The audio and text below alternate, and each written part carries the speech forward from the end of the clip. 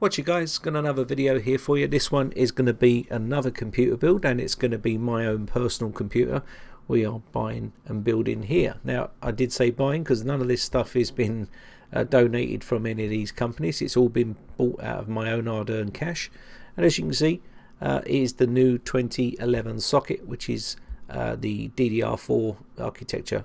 And the reason why I went down that route is because I think it's more future proof. Now I could have gone and got the 4790K, which is a very good processor, but I think with this in a year's time it's going to be a lot more better. So as you can see here, we've got the Samsung EVO 840. Now this is just for Windows. It's 250 gigs, and this is just going to be for my Windows operating system and a few other bits and pieces, and all the rest is going to go onto a 2TB drive. So we've got the Kraken X61. Now also NZXT have been making some really good components, and this is why I went with the NZXT Kraken X61. This is a water-cooled closed loop system. Got some cable ties here and some sleeved LED kit, which is from NZXT. Wanted to give this a test to see what it looked like. And we've got the GSkill RipJaw 4, which is the DDR4 2400 megahertz memory, I think it is, and there's 4 sticks in here, which makes it quad channel. We've got 8 bays on the motherboard, which means when the price drops I can buy another 16 gigabytes. We've got the Platinum Corsair HX 750i. Now this is an awesome professional power supply, which will give me plenty of power. And we've gone for the Intel i7 5820K. This is a sort of entry level into the new architecture 2011 socket, but it's going to be ample for what I need. And as you can see, it's got 6 cores there, okay, which I think is really important for me for what I need to do, and it'll just bring me up to that next level. Now we've also got the Gigabyte G1 Gaming GeForce GTX 970. Now this is an awesome graphics card, it really is, and it's pretty big as well, and it performs very well. So I went for the NZXT H440. It was a toss up between this and the Fractal R5, but I decided to go for the H440. I think it just had the edge over the R5, and that's just my opinion, of course. But I also went with the MSI Gaming 7 X99S, and they've been cranking out some really decent motherboards, MSI, lately, and this is a really decent motherboard. So that's the parts that I've picked. There may be a few other bits and pieces that I'll add in, but you'll see those in the build itself. Now you can choose whatever parts you like. You can spend a lot more money than this and go even more higher up the food chain, but this is, for me, ample for what I'm going to be needing as of right now. Now the toss up is between whether you should go with the 4790K or whether you should go for this new 5820K 2011 socket. In my opinion, I would go with the 5820K 2011 socket, but the reason for it is it's more future proof. Yes, the parts are a little bit expensive at the moment, but when they come down you can then always chuck a bit more memory in, as what I'm going to be doing here. I've got 16 gigs of memory, so when the price drops in about a year's time I can then just chuck another 16 gigs in. So that was my thought process, and that's the reason I went for it. And also it's got a couple of extra cores on that processor. I've seen people saying it's not as good for gaming.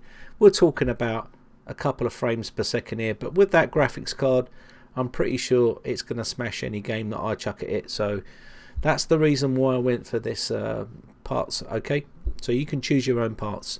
Anyway, let's get on with the build, and we'll see how it goes and what it turns out like. Okay, so let's start off with the case. As you can see here, this is the case, and all this NZXT all lights up as well.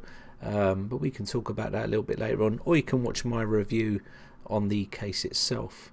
But what we're going to do is we're going to tackle the power supply first.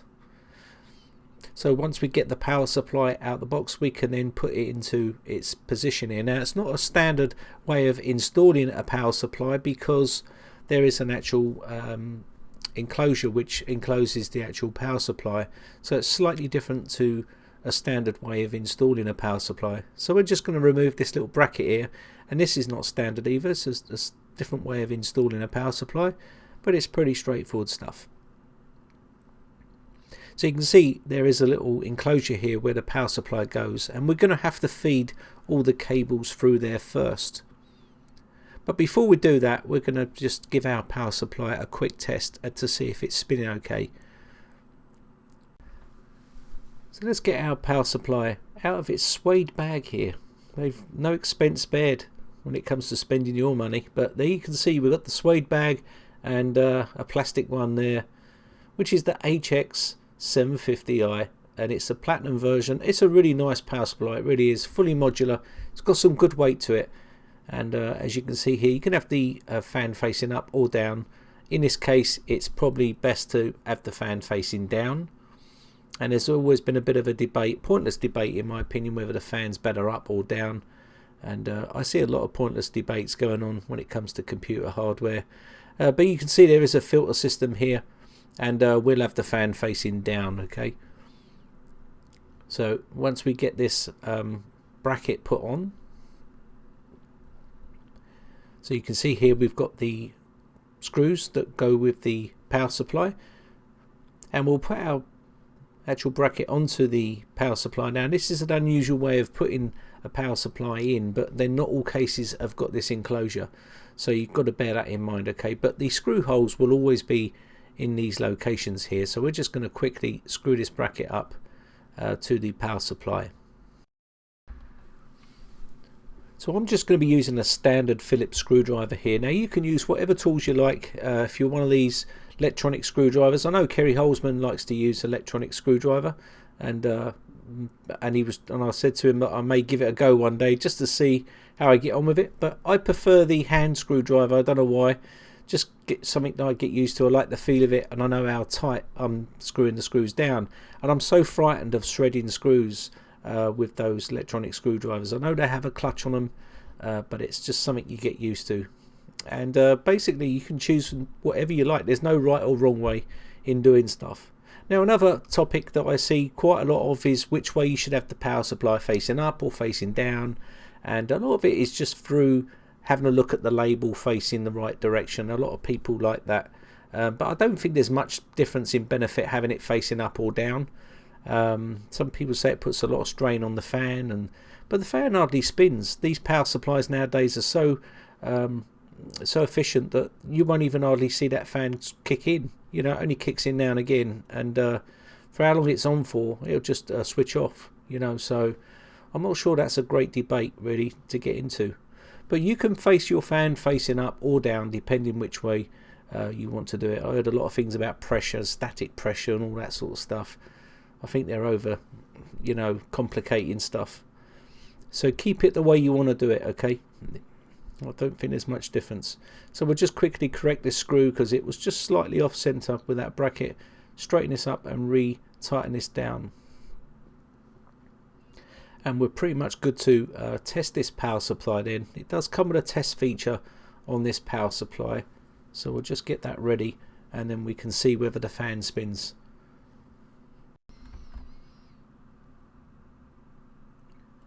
So now what we need to do now is plug in all our cables that we're going to be using, because this is not a standard install of a power supply. We're going to need to put in our cables now so we can feed them through that little enclosure they've got there. And we've got the cables here, they're black flat cables as you can see, and we're just going to plug in the ones that we're going to need here.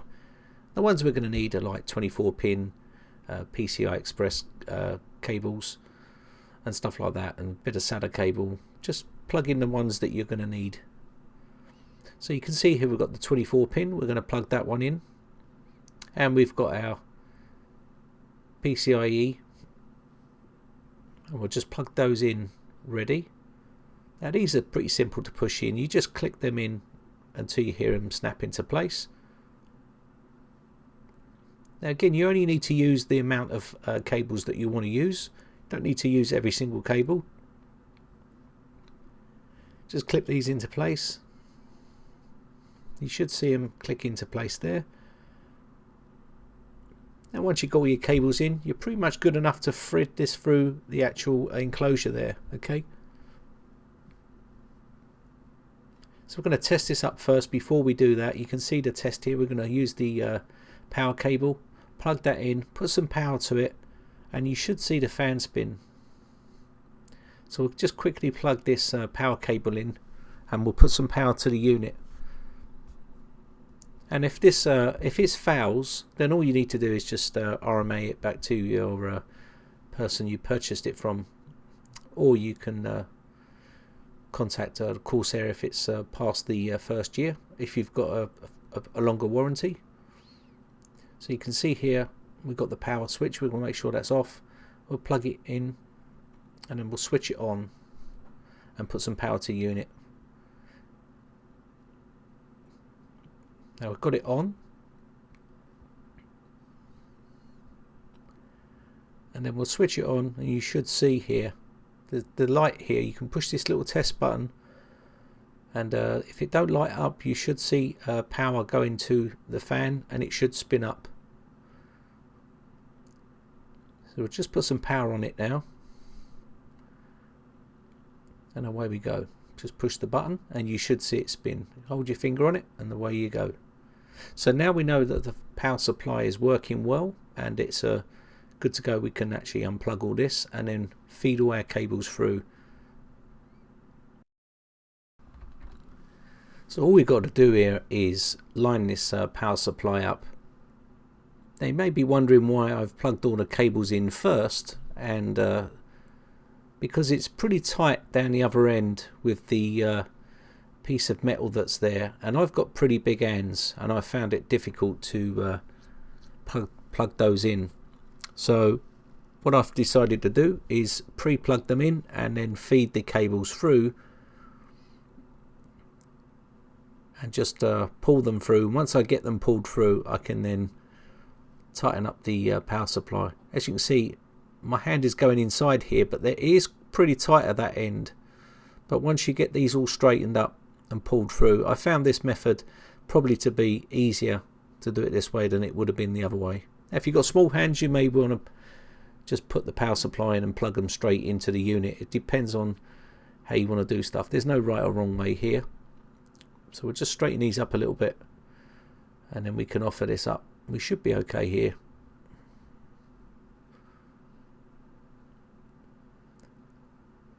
Now, good thing about having this enclosure in with this type of case is it hides all the cables, but it hides the power supply as well. So what you're going to see is nothing really. You're not going to see the power supply or any of those cables. They're all going to be hidden, which is a nice feature with this case.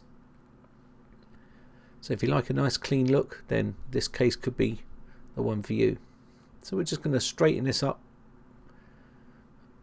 and then we can finger tight these screws. These are thumb screws, by the way, but even though they're thumb screws, I do like to give them a little turn with the screwdriver just to make sure they're nice and tight. So we'll straighten this up here.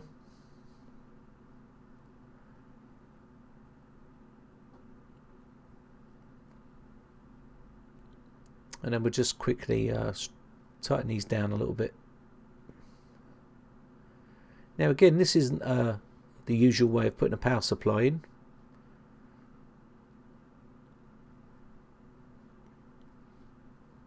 We'll just finger tight these up. And then we can get our screwdriver and just give them a little quick turn, a little half a turn like that, just to make sure they're nice and tight.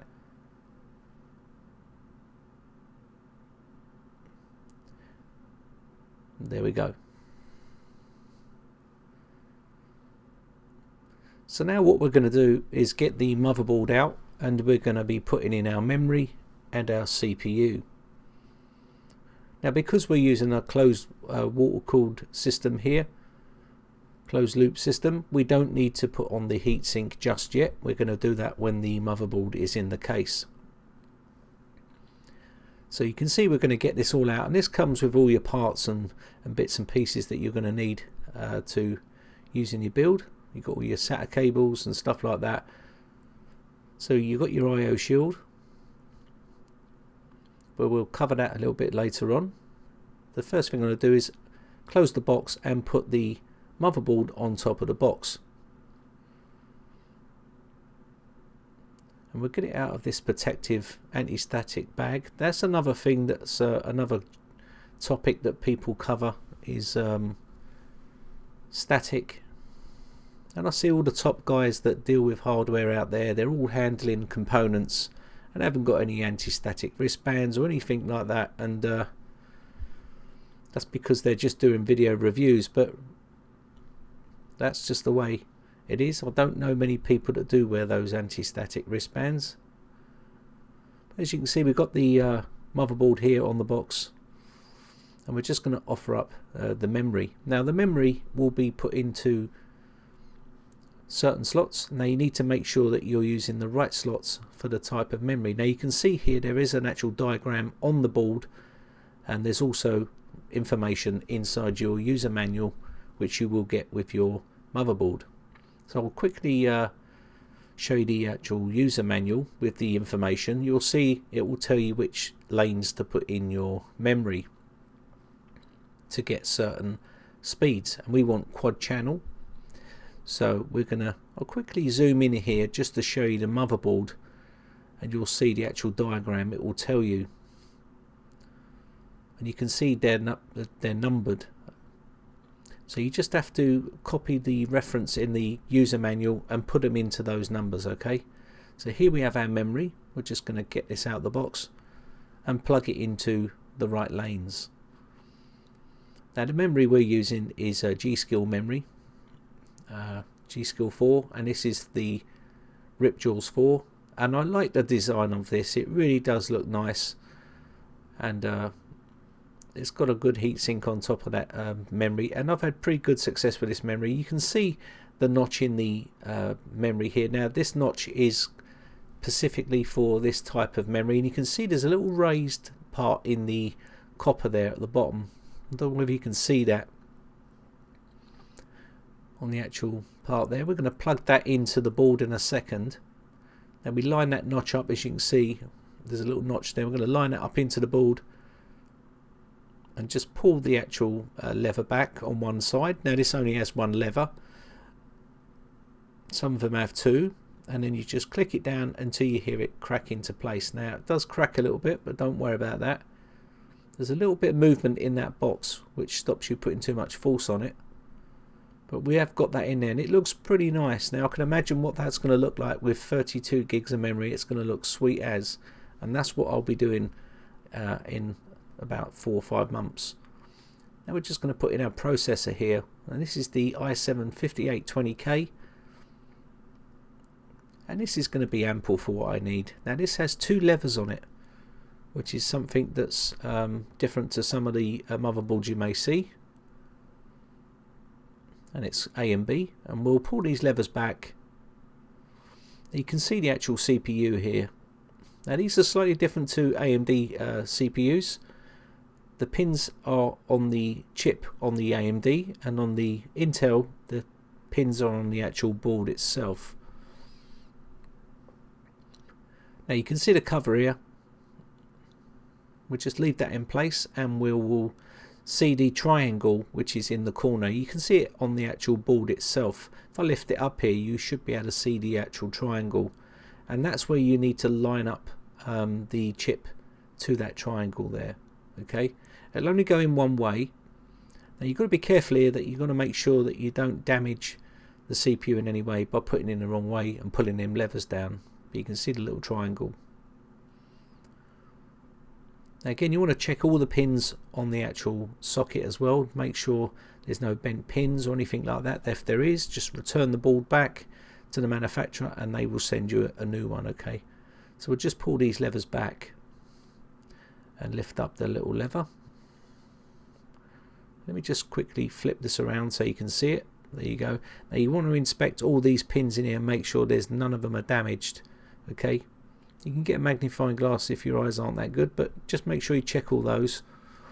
Again, you don't want to be touching this chip on the top here, and there's your little arrow, and you can give this a cleaning with isopropanol if you want. We're just going to plug this straight into its socket, and you can see the little notches here, and there's a little arrow there, and that's what you need to marry up with the other arrow. Just drop it into place.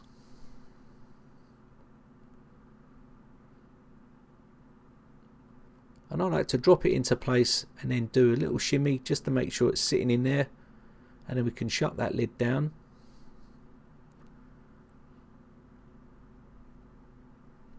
And then we can just pull the levers back and lock them into place. Now you will see some resistance here and a bit of force is needed, but that's pretty normal. Now the AMD ones are a lot easier to close, but the Intel ones are a lot more tighter. You can now remove the cover. Sometimes that pops off on its own. So now we've got the motherboard risers in the case. Now this is automatically installed in this H440. Now we need the IO shield, and we need to put this into the case itself. Now these are designed specifically for each motherboard, so if you're ever taking your motherboard out and selling it, you need to keep the IO shield for that board, okay? Make sure it's up the right way, and then we're going to offer this in,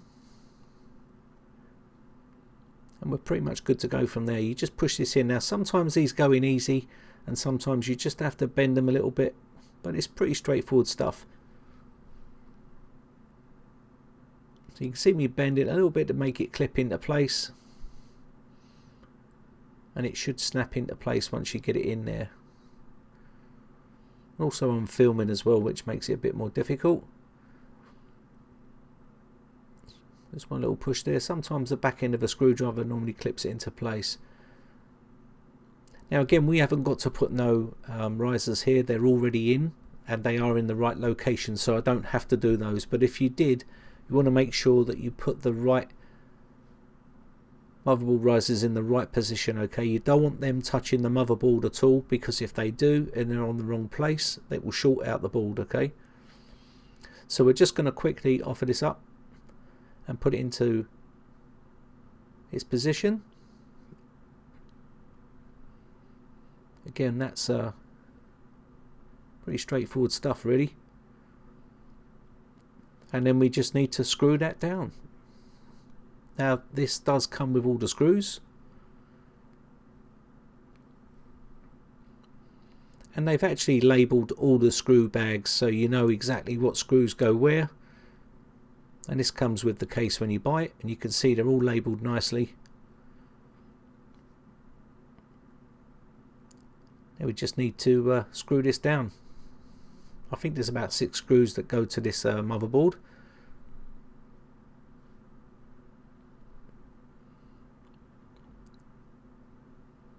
Now again, magnetised screwdrivers is useful here because you can just put the screw on the end of the screwdriver and then tighten her up. It doesn't need to be super tight. Just as soon as you feel it tighten, just a little turn and that's it.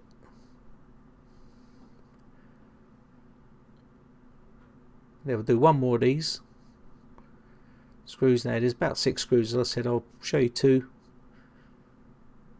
and we'll move on to the next step.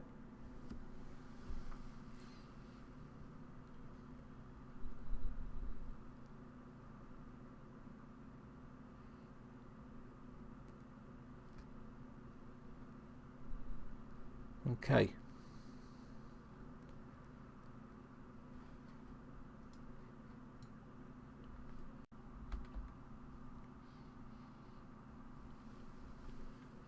Now once we get that done, we can then put the CPU cooler. Now you may be using an air cooler. This is a closed loop system, which is from NZXT, Kraken X61. And it has a radiator and water in it, okay? So you just need to put your fans into the location you want them. Now again, be very careful here when you're tightening these up. You don't want to over tighten them and bust the threads on the radiator. Make sure the connectors are around the right way for the fans, and then offer that up to the radiator. Now you get all your bags here, and they're all labelled AMD and Intel, and you just need to use the right screws for the right job, okay? So you should have a bag here with the screws that you need for this. And there'll be a washer, and there'll also be a long screw, and that will screw the fans down. Now the instructions here are not very super clear, but there is more an instructional video on their website there you can use. Okay, now the back plate, what you see there, you don't need to use the back plate on the 2011 socket. You can just discard that. I'll keep it safe in case you ever sell the unit, but you don't need to use that on this build. Okay, and there is the actual screw we've got with the washer. We just put that on and we just screw that into the radiator.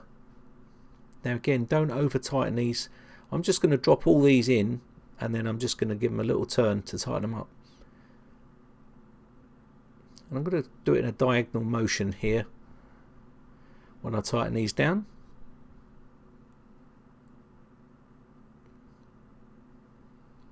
Now again, you can do a push-pull configuration, you can do a push configuration, a pull configuration, depends on how you want to do it, and it will be the same thing how you want your hoses to be located in the fan. This is all preference to yourself, how you want to do that. There's no wrong or right way, and don't let anyone tell you any different. It's just how you want it to work for you.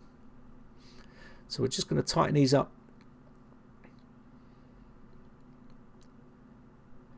Again, we don't want to over tighten these, can't stress that enough.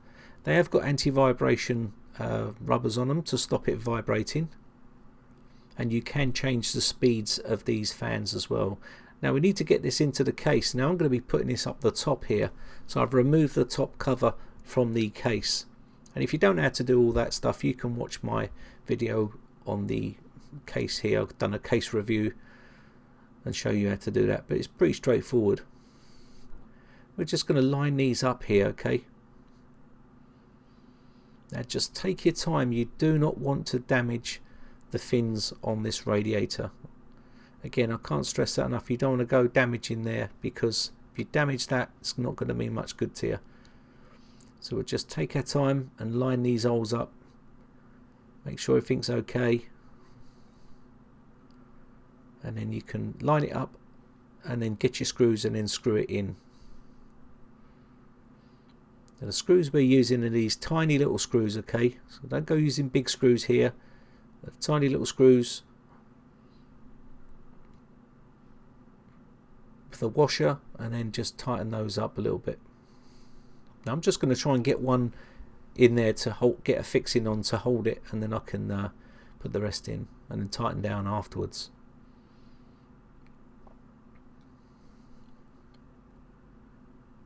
So just line this up. It's very difficult with the camera in the way and trying to get it in camera shot. You can see it's a bit awkward, but when you're doing it, it'll be a lot easier. Again, we'll just put one in the other corner.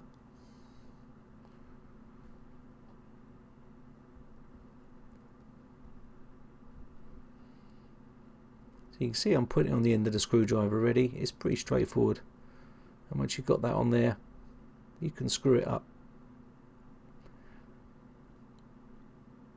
So I'm going to work alternately from the other screw, and now I've got it in position, it's going to be really easy from here on in. Okay, just once you get those first two screws in, it's pretty easy.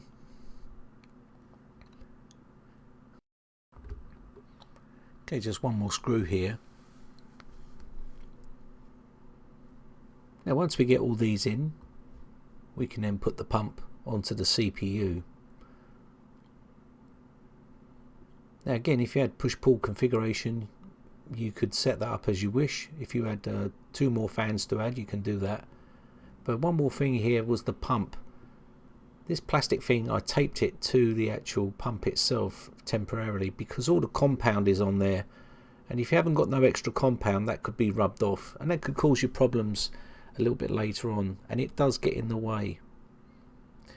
So you can see I've got the cables facing this way, down this side. Okay, now you could have it the other way if you wished, but I wanted to have it that side. I like the look of it myself personally.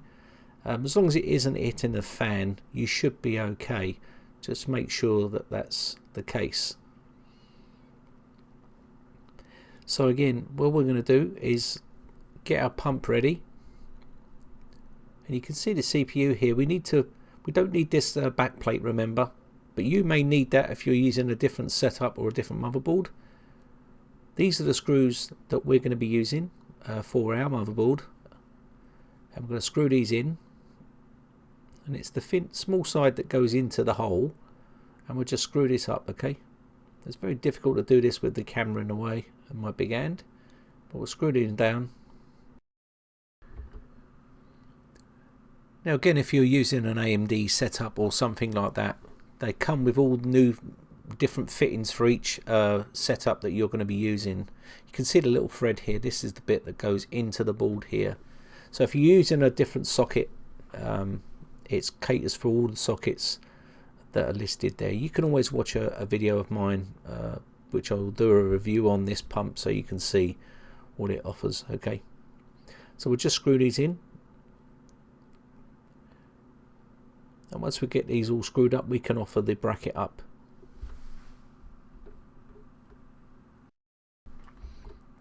Okay, so here we have our bracket for our pump, and then we need to align this up.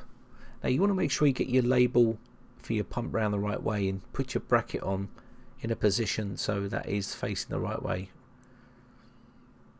And you can see these little lugs here. You need to line these up and then use the locking device to lock it into place.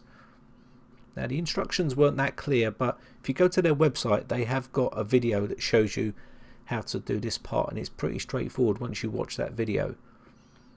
And you can see here it is the locking device. We can just push this into position and lock the bracket into place. And you can see I've got that around the wrong way. Just going to flip that around and then push it into place, and it should look like this. And now once we line it up, you should see the logo is in the right position, and then you need to screw it down. Now these big thumb screws, they're like thumb screws. You want to tighten these up finger tight first, and once you get these finger tight, you want to just do a little turn with a screwdriver, not too much. Okay, you don't want to over tighten this because you're going to bust something, so just take it nice and easy.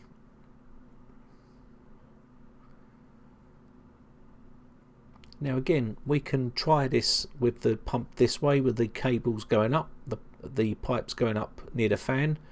If it's a problem, I can always rotate the radiator. There's no right or wrong way. People always pick holes in people's videos to say they've done that wrong or they've done this right. It's how you want to do it yourself, and you can always make something work. And custom builds are always about, you know, getting around little problems that you're going to face. Okay.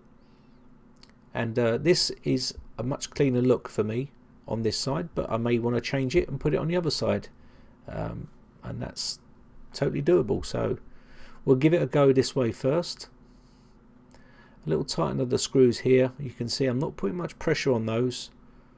You don't need to be super duper tight here, and just do them alternate as I'm doing here, and then finish off. And that's that. Again, all these cables for the power for the pump, we can route these through up the top. You can see the hole there. There's a nice little hole. In this case, it's got loads of little holes where you can poke cables through, which will make your build look really nice and tidy. And NZXT has done a great job on that. And who knows, in the future, maybe they can send me some products. I can do some reviews on some of their hardware, and I'd love to have the opportunity to do that at some point. But as you can see here, once we get these cables through here, we can tie these down with a couple of clips. You can see here we run these through, and there's the pump, and we're running it through there, and you can see where I've got the fan cables here, and I will put a bit of tape on those cables. They look a bit gnarly there, but we'll soon sort that out a little later on. You can see it running through here, the cables. Now the fan connectors are at the back, as you can see, which makes it easier to route through, gives a cleaner look. Cable tie them back like that, and you're pretty much good to go there. And you can see I've got the cable going right the way through. Now we've pulled the USB cable round the back and brought it up the bottom here, and I will put a bit of tape around this because it does catch your eye a little bit. And we plug in our 24 pin now. We've pushed this through the back area here, and we'll just plug this into the board. Now once we've done this, we can move on to the next phase. Now you can do these in any order you like. Again, I'm waiting for red cables to be delivered so I can make a video on that, and I'll show you how to swap all your cables out. But now we're going to put in our solid state drive here, and they've got a unique design here on this case. It's like a thumb screw and a little plate here, and it's a bit tight because it's brand new. It's just been painted, I suppose, and it was a bit tight. But once we release this, we can screw this to the actual cage here, and then we can slide it back in. Now we're going to have the cables at the back, so we need to make sure we got this round the right way, and we can now screw in our screws. Now it's not really going anywhere here. I've put 2 screws in to hold this, but I will put the four screws in, and then we can slot this into place. Now you need to line that hole up, and just need to get this into position so you can put the thumb screw in, and you'll see it won't go in now, so I need to pull this back a little bit and get this lined up. It was a bit fiddly getting that line lined up because it was pretty tight, but once you get it lined up you can put the thumb screw in. But as you can see, that drive is not going anywhere. I think the thumb screw is more just for looks.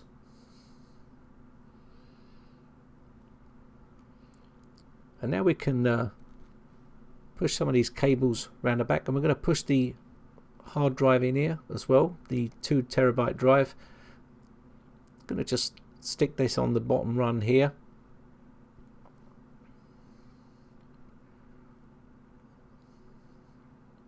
So we'll just release these thumb screws. Now again, all the thumb screws are very tight when you first get the case, but once you loosen them up they should be okay. I suppose it's just for shipping reasons so they don't come loose. But we'll release this now, and we can then offer up the drive. Now these do have anti-vibration rubbers on them, and we can see them here, and we can put the drive in. And this is a metal cage here as well, so no expense spared. So we're going to put this hard drive in. Again, this is just held in with 4 screws.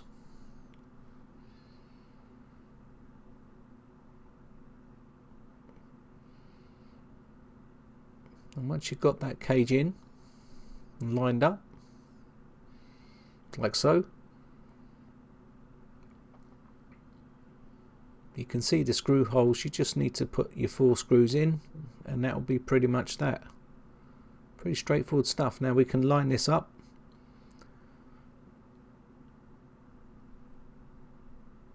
I'm just going to pull this cable out of the way because I don't want it getting pinched there. And I can tidy these cables up a little bit later on, the cable management near the end.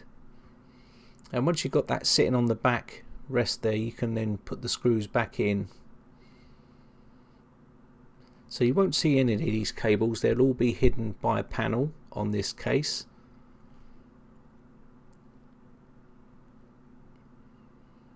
And there we have that all nicely snug in there. Now again, you can see there is room for more hard drives here, and there is good airflow from the front here, which allows to cool inside the case. Now I've removed the drive temporarily on the SSD here just to pull the cables through, the SATA cable and also the power cable here. We need to pull those through, and I'm going to plug these in first and then put the SSD back. Should have probably done this in the first place. Sometimes you have to learn as you go. And I will just push this back in and feed these cables back down through that little hole at the back, and that'll be a nice clean finish, as you can see here. And I've now put the tape back on that cable there, and it should be a nice clean look. Trouble with this thumb screw, and that line is not aligned up again. A screw, job done. Now you can see the other hole next to that hard drive there. That's for your power cables for your graphics card, but you can see the nice clean look here now. Hardly any cables showing. Looks nice.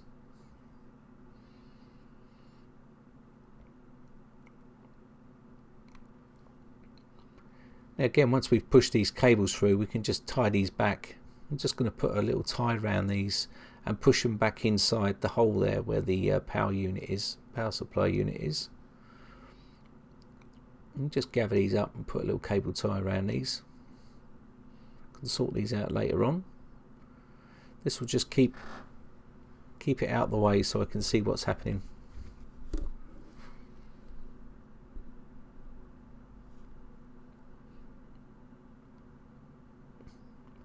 As I said, we can keep these cable ties. I prefer these cable ties than the other ones, because you can just tighten these up and then loosen them again if you need to loosen them off later on, rather than have to cut everything with a pair of scissors. It's only a temporary measure. We'll just tuck these in.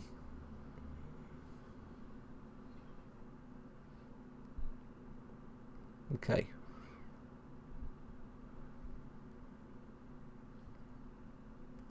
It just makes it a little bit easier to see what cables we're working with.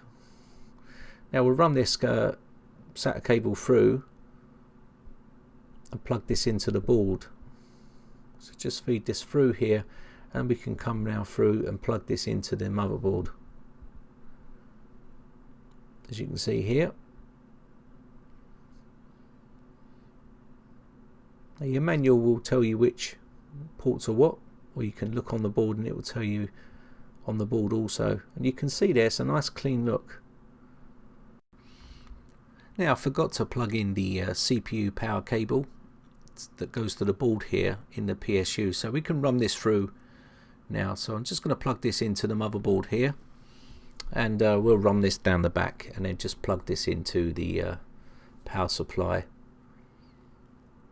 Now it's important to have this cable in, because without it, it won't fire up. I just forgot to put that in. And now we'll route this through up the top here. As you can see, there's a little hole here, and we'll just feed that through.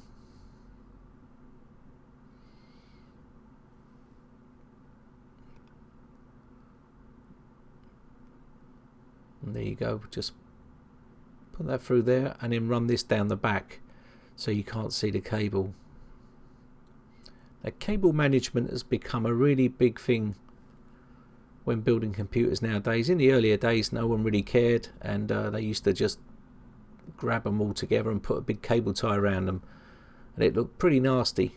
But nowadays, looks is everything, and people take a bit more care in cable management. So we're just going to fold that cable back and run it down the back.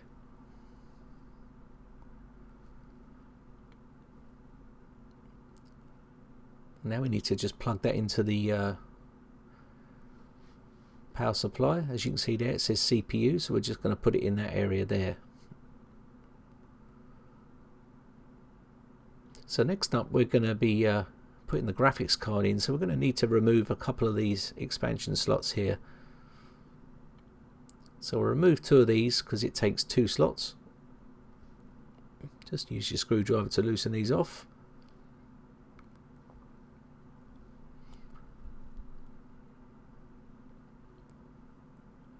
Now always keep these parts just in case you're going to get rid of the case, or you change something and you want to put them back. And then we're going to be using the Gigabyte graphics card here, which is a pretty big card. As I say, you've got 3 fans on this, and you can see it's a pretty hefty card. And it all lights up and everything, it looks nice. Just remove all the covers here, the protective covers for the connections. You can leave the SLI ones on if you wish, but if you want to remove them you can. I'll just remove everything. I just don't like them on there, it just looks nasty.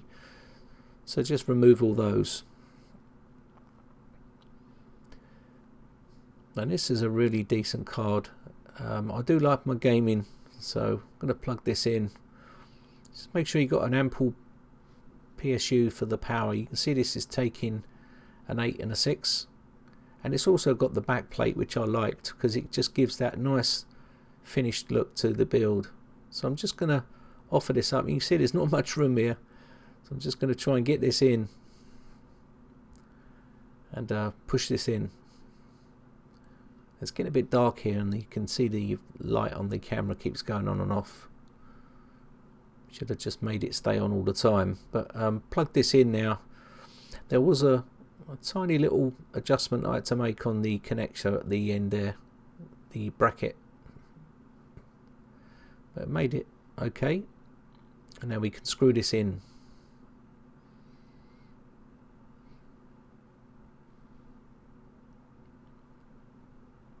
Now again, you don't have to have a big card like this, it just depends on what you want to do. I like to play a lot of games, and I like to have the best looking graphics.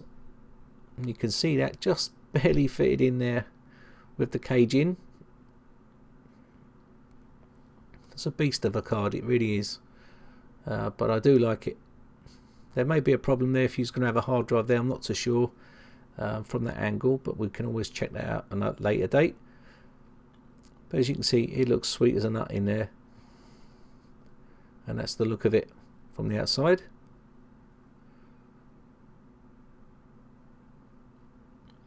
And now all we need to do is feed our cables through to put power to the card. And again, I'm just going to tie a little cable tie on here just to make sure, because I don't need to, I want to use 2 cables here rather than use that back bit. I don't need to use that, so I can cable tie that off and then snip it and try and keep it clean looking, and then I can feed that through the hole. And we'll just poke this through, and this is the beauty of this type of case. Its cable management for inside the case is so good. It was a bit tight around the back area where all them cables are, but we'll cover that a little bit later on in the video. As you can see here, I'm just going to feed this through and plug this in.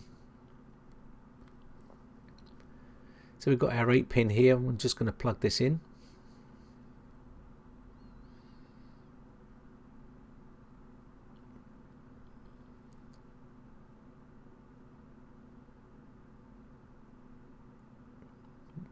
I'm trying to clip these together. There we go. Got the tripod in a way, which makes it always difficult, makes it look like you're fiddly fumbling around, but it's just the camera in the way. So we'll just plug that in, and then we'll get the other cable up, and then I'm going to plug that in as well. That's a 8 and a 6 pin.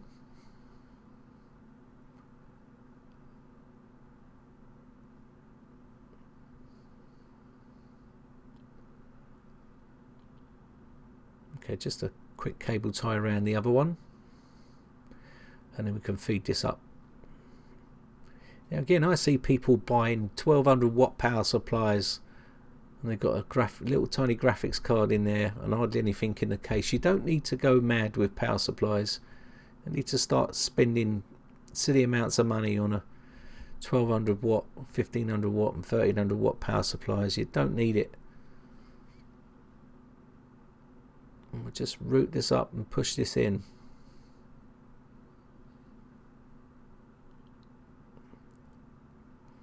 I probably could have done a little wipe with the camera there just to make this a bit shorter, but there we go, got that in. Now I had an old EVGA cable tie lying around, so I'm going to stick one of those around them cables just to make it look a little bit nicer a little bit later on. Just hide that little cable there. And again, these cables will be replaced with red cables that I've got coming.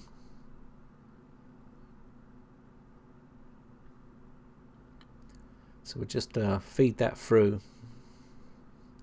And now around the back here, you can see it's starting to get really messy now with all the cables lying about. So we need to put some power to the hard drive. And also we need the SATA cable plugged in. So we've got the SATA in, we'll just put a bit of power to it now. There we go. And then we can tie these cables back and just poke them out of the way for now until we do the cable management. Just leave them there for now. And the next thing up, we need to start putting some power to the board and the USB 3.0 connector and do all that stuff next. So you can see here we've got the USB 3.0. I've poked that through and I'm just going to plug this in. Trying to keep it as tidy as possible where you can see stuff. It doesn't really matter around the back because you're not going to see it. I'll just try and get that in. Sorry about the camera shaking about, but there you go. That's in. And you can see I've put some black tape along these other ones because all the cables were showing. It was really catching my eye, and it was annoying me, but it don't look too bad. It looks better than what it did. And there's the mess of cables now that we're going to be tidying up, and as you can see it looks pretty nasty. And the thing to remember is get this as flat as possible, and this case in particular, there's not much room around this back area and it will be tough to get the panel on. So I'm just going to put this connection on for the hard drive power and stuff. We've got a little connector here which will make this easier. Now normally I'd put this in earlier if I didn't have this connector, but because I've got this connector I left it till last, and we could just plug these in and then just slot it straight in, which is going to be nice and simple. Now you can see it's now all plugged into that little connector, which makes life a lot easier. Just poke that cable back down and plug her in, and we're pretty much good to go there. And there you can see the finished project. It looks okay, don't look too bad, looks nice and clean. There's not much cable showing in there. I'll give you a bit of a close-up there. Pretty clean looking effect there. Now I can always move that fan around for the radiator to the other side so the cables aren't in the way, but it seems to be working okay. Now I also put in some LEDs here just to see what they'd look like with some LEDs, and they have got a power button on the back so you can turn them on and off. I don't really use the LEDs much, to be honest, but I just wanted to give it a bit of a review really to see what they look like. And I've routed it all around the cable, around the outside of the case here, as you can see. And we've routed them and stick them on, and it all comes with a kit, the little stickers and the little feet there. And as you can see, that's what it looks like when it's finished. And it don't look too bad. And you really can't see the cable really when you step back a little bit. It's just because I'm looking down on top of that, but when you sit back you can't see the cable at all. All in all, not a bad finish. And that's the inside with the window on. Pretty nice, red and black. Pretty nice finish. I'm pretty happy with that, as you can see. So I hope you enjoyed this build as much as I enjoyed making it, and I'm using the computer now and it's an awesome computer. I'll maybe give you some specs on it a little bit later on, but my name is Brian from briteccomputers.co.uk. If you enjoy these videos guys, then hit the like button and also hit the subscribe button if you want to keep up to date when I upload new videos. So thanks again for all your continued support guys. If you've got any problems you can always head over to the forums and post on there and I can help you out over there. So thanks again, bye for now.